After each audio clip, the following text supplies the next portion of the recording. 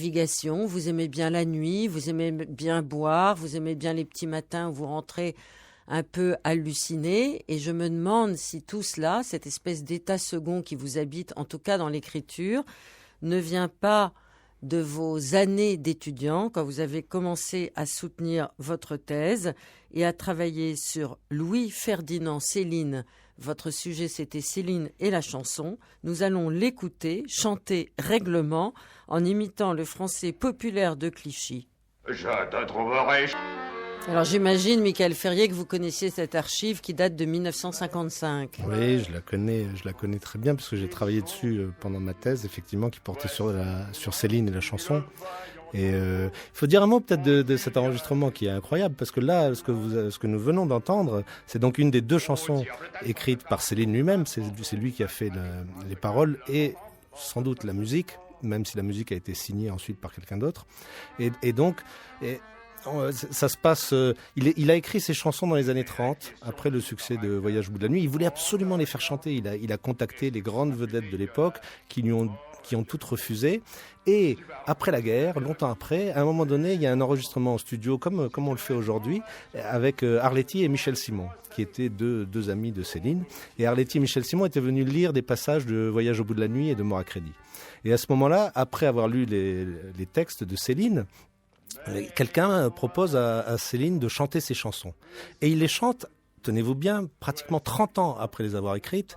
Il va chanter les deux chansons a cappella, parce que ce que nous avons entendu, l'accordéon a été enregistré, a été mis ensuite, c'est ce qu'on appelle un re-recording. On a reposé l'accordéon, la musique sur le chant de Céline.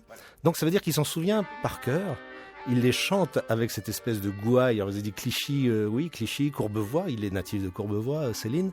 Et c'est une chanson qui est extraordinaire, où il y a de l'argot, il y a des souvenirs de Bruant. Et il y a de la hargne, on le sent bien. Et en même temps, il y a un mélange de hargne et de tendresse dans cette chanson. C'est Céline tout craché, quoi.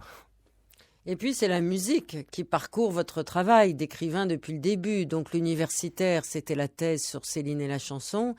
Et puis après, tous vos livres, y compris le dernier, sont scandés par la musique, par des syncopes, par des ruptures, par des improvisations, par des fugues.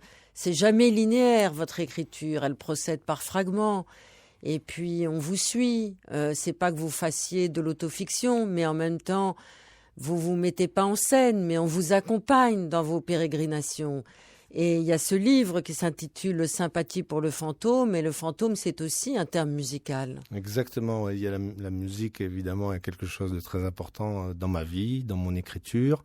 Alors, c'est paradoxal parce que, justement, dans cette thèse dont je parlais, je disais que la comparaison entre la littérature et la musique est souvent un peu un cache-misère théorique. C'est-à-dire qu'en fait, quand on n'a pas grand-chose à dire sur un écrivain ou quand on n'arrive pas à cerner de manière suffisamment efficace pourquoi il est un grand écrivain et pourquoi ce style nous interpelle, eh bien, souvent on dit il a un style musical. Et n'importe qui a un style musical dans ce cas-là. Donc la comparaison musique-littérature, je m'en suis longtemps méfié, je m'en méfie toujours d'ailleurs.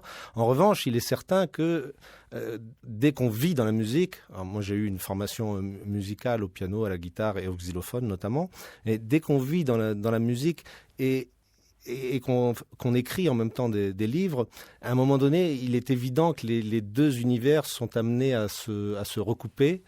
Et alors j'essaye de pousser assez loin ce recoupement, cette intersection.